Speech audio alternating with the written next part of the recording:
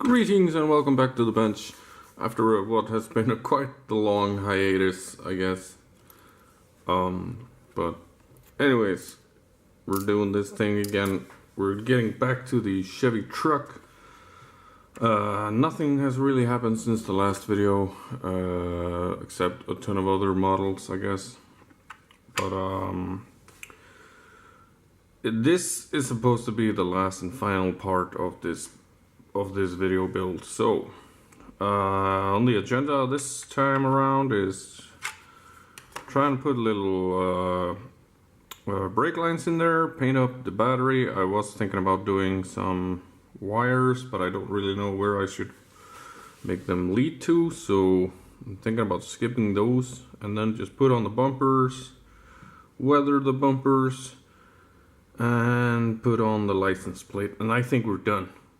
It's almost there, so let's get to it as soon as I can find my materials for the brake wires, brake lines even. So yeah, I need to make a few measurements, I think. I'm gonna do that off camera, and some bends and stuff. Right, so I got the stuff somehow in there. Don't know if you can see that. I can't really see my viewfinder, but try to do it on camera. The brake lines, but are quite fiddly and quite hard to get in there, so sorry about that. But anyways, they're in there somehow. Not exactly 100% like I want them to, but it'll do for my purposes. And maybe you can see it better like this. But anyways, they go into the darkness, so I'm not putting them on the underneath. They're quite well hidden behind the steering column, the loose end that is. So moving on from there, next up I'm going to do the front bumper, attach that to the vehicle. About the side view mirrors, I was gonna put those on, but the kids kind of hit them when I was painting them and they broke, so we're just gonna do without. But the front bumper, as it goes on like so, I feel like it's standing a bit too far away from the body, so I'm gonna try and shave off the front here and trying to tuck it in a little bit better, although maybe there is not any room for it. But yeah, we should be able to get like a mil or two closer to the body.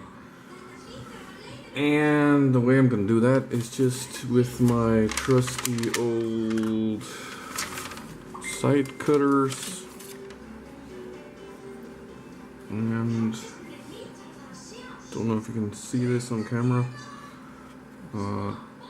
Just gonna cut those off about halfway in.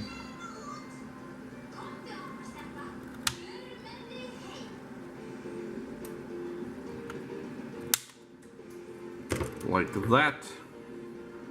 And this is the point where I regret doing that, because it will...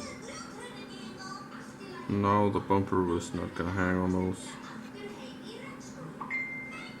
But it did move it in quite a bit further, so I guess I'm just gonna have to super glue it like this onto the front lip here, and I don't have my super glue ready for it. Alright, bunch of super glue here on this parchment paper, and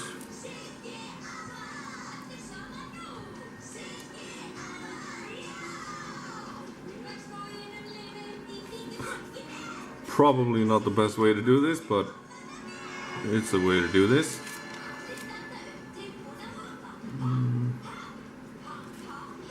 Kind of hard fitting these on the correct way around.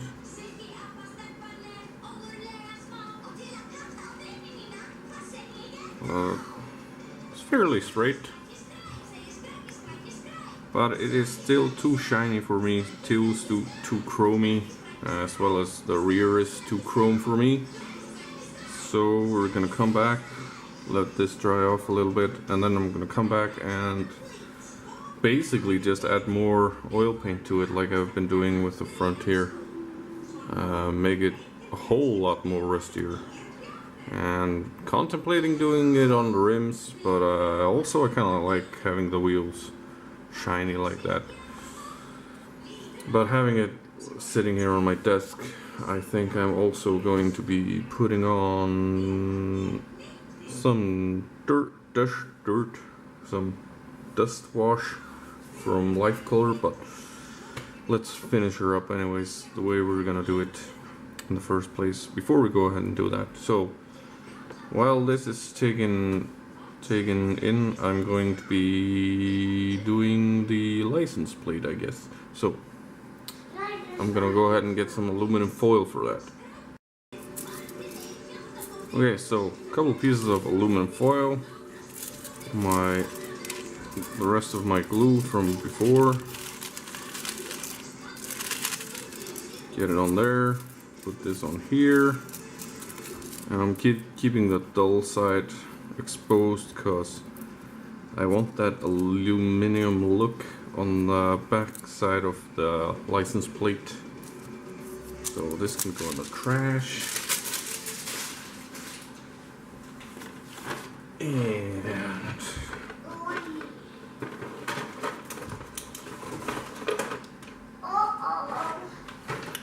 I seem to have misplaced my left door decals. Hang on. Alright, sorry about the noise that my kid's making.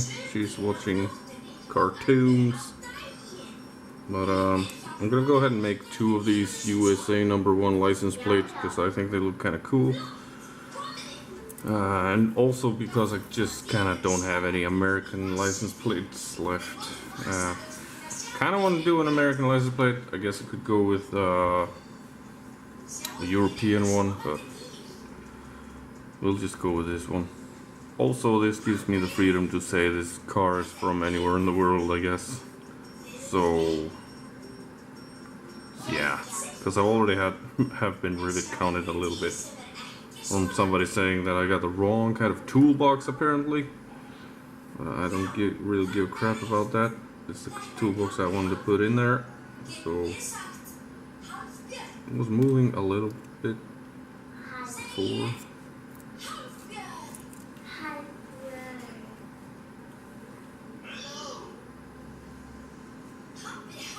So there we have a couple. And the reason why I doubled up on my paper is so that just give it a little bit thicker material for the license plate, because then I can hopefully bend it around a little bit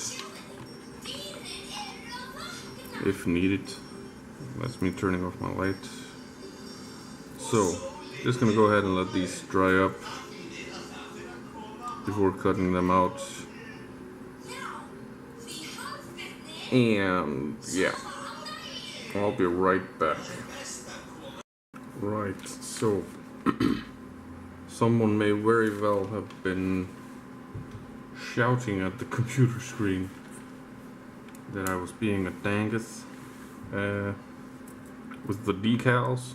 Turns out they don't stick to aluminum foil that well. So, as you can tell, I have microset and microsole right here. I'm going to experiment by putting those on the decals and see if they actually stick to the thing. If I can find my brush.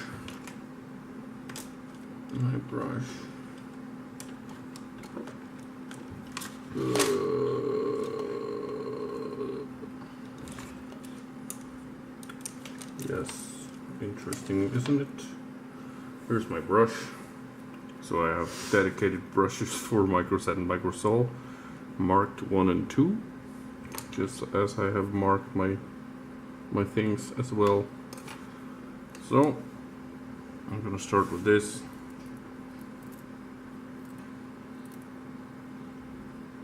And let's just do both. So if these fail or get horribly ruined, I'll just put a different kind of license plate on. So let's leave that for a while before we before we put on the microsole. And until then, let's put some more rust on the front bumper. I'm just gonna do that with the Vallejo Model Air Rust 71.80. Give it a good shake. Yeah. If the light starts to flicker or be a dick in any kind of way, it's because my cheap Chinese LED lamp is actually starting to fail on me after a couple of months in use.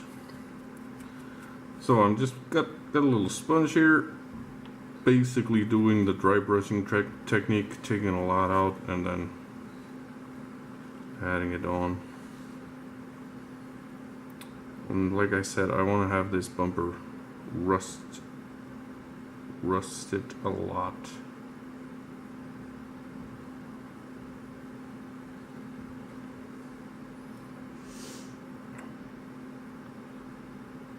But I still might add, I think, a little orange to it, or even a burnt sienna oil colors. That will be determined at a later date.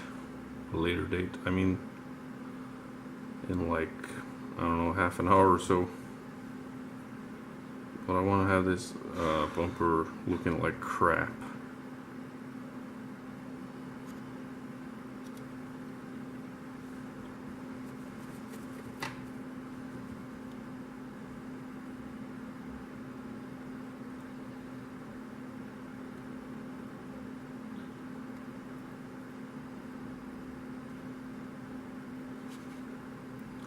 But it still looks like it is chrome. Just really bad shapely chrome, bad shaped. Like chrome in a really bad shape. English is not my first language.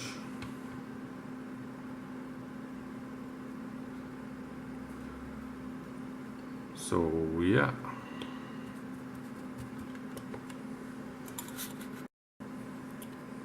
Bit of orange.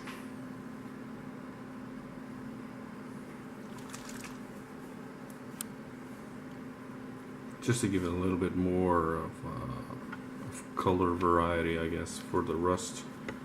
It's a very, very see-through kind of color though. So yeah, there's that.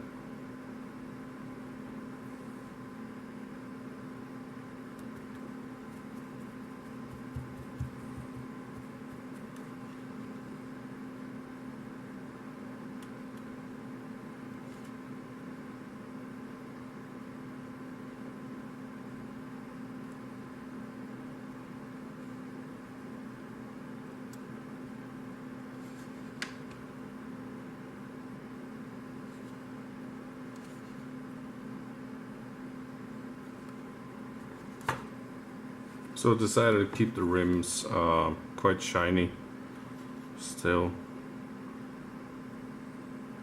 No reason as to why, just I like them like that.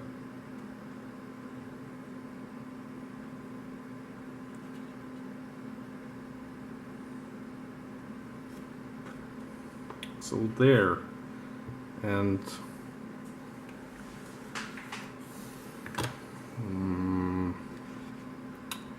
a little bit of a dust wash inside the engine cabin, outside as well a little bit, I think. So a bit of dark dust liquid pigment from Life Color.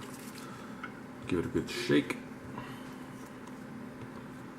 Now I'm going kind of unprepared into this, as in I haven't really looked at the model to find out where I want to put this, so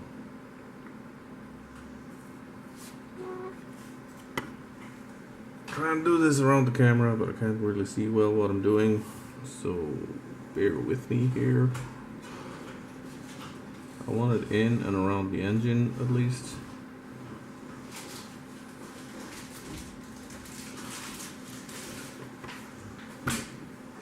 And like I've said on videos before, you don't have to skimp out on this material. It's quite easy to remove it again. It's water based.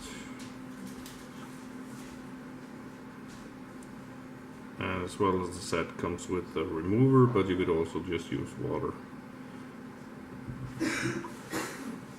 Although, not quite sure that I would need that much in the engine bay around here, because I've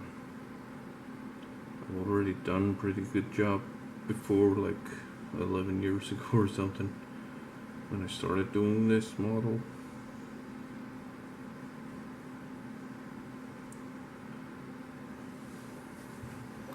But it gives it a little bit of dust effect, so in these areas like where people might have neglected to clean and stuff. Also, this is a junkyard truck, so it's kind of bound to be dirty. Although I'm not going to dirty it up much more than just adding this wash on there. But you get the picture. We'll put this on, let it dry for 5 minutes, 5-10 minutes maybe. And then we're coming back to remove the excess.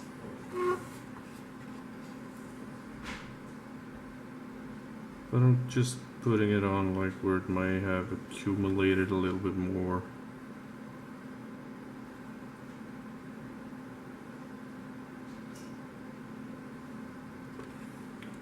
Kind of random.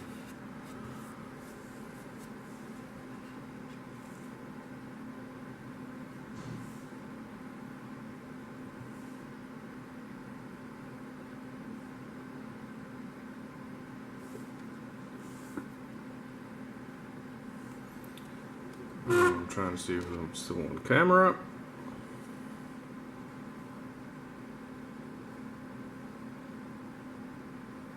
But you can leave this on for hours or even overnight or stuff, and you'll still be able to get it off pretty easy. Just bear in mind that it's gonna be a bit harder the longer you wait, I think. Where else should I put it? I think this is it, maybe. Yeah, I don't want too much of this.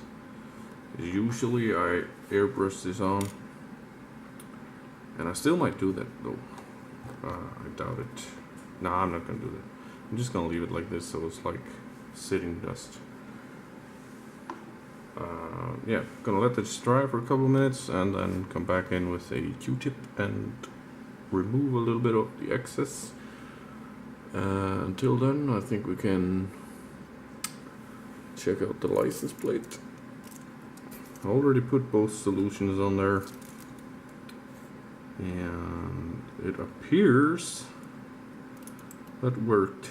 That did the trick. So I'm gonna go fetch some scissors, cut these out, and we're gonna attach it to the vehicle, remove the excess dirt, and put the shit back in the bed, and we're done, I think. Yay! It's only been like 11 years or something. Children's scissors to the rescue. And let's try and cut one of these suckers out.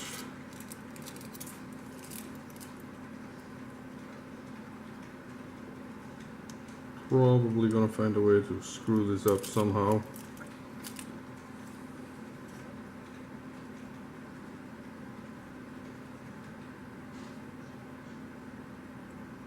It's hard to see the lines. Or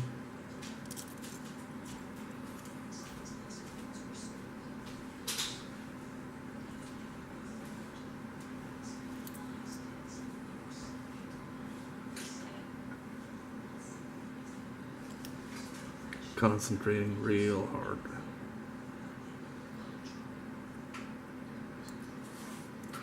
there. One license plate done, and look at that aluminum back. Looks good to me. Gonna keep the other one, put that in my deco box, so I can use that maybe on a later build. I have a pretty cool Chevy van in my stash. Maybe I'll use it for that, maybe I won't, we'll see. But anyways, license plate, core, and I gotta make an edit because I lost my super glue.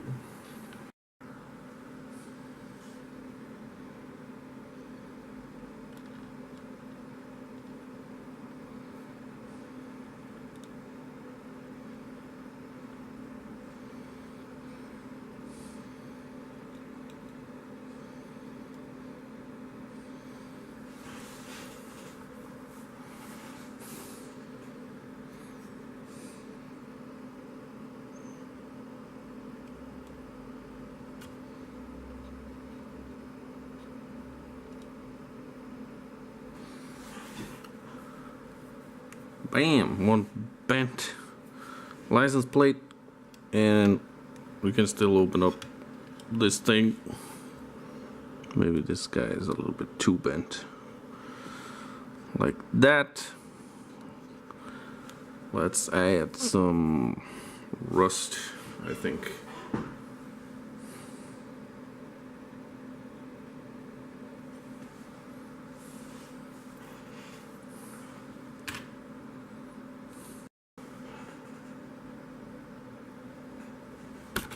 Ah, crap. Did not mean to hit the camera like that.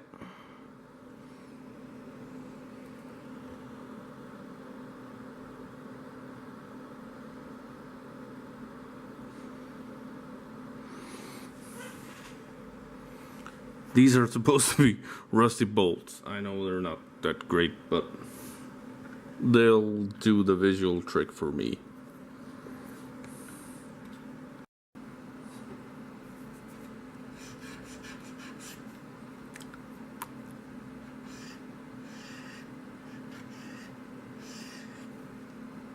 Don't know if the camera is not really picking that up, but removing stuff here, making it look a little better.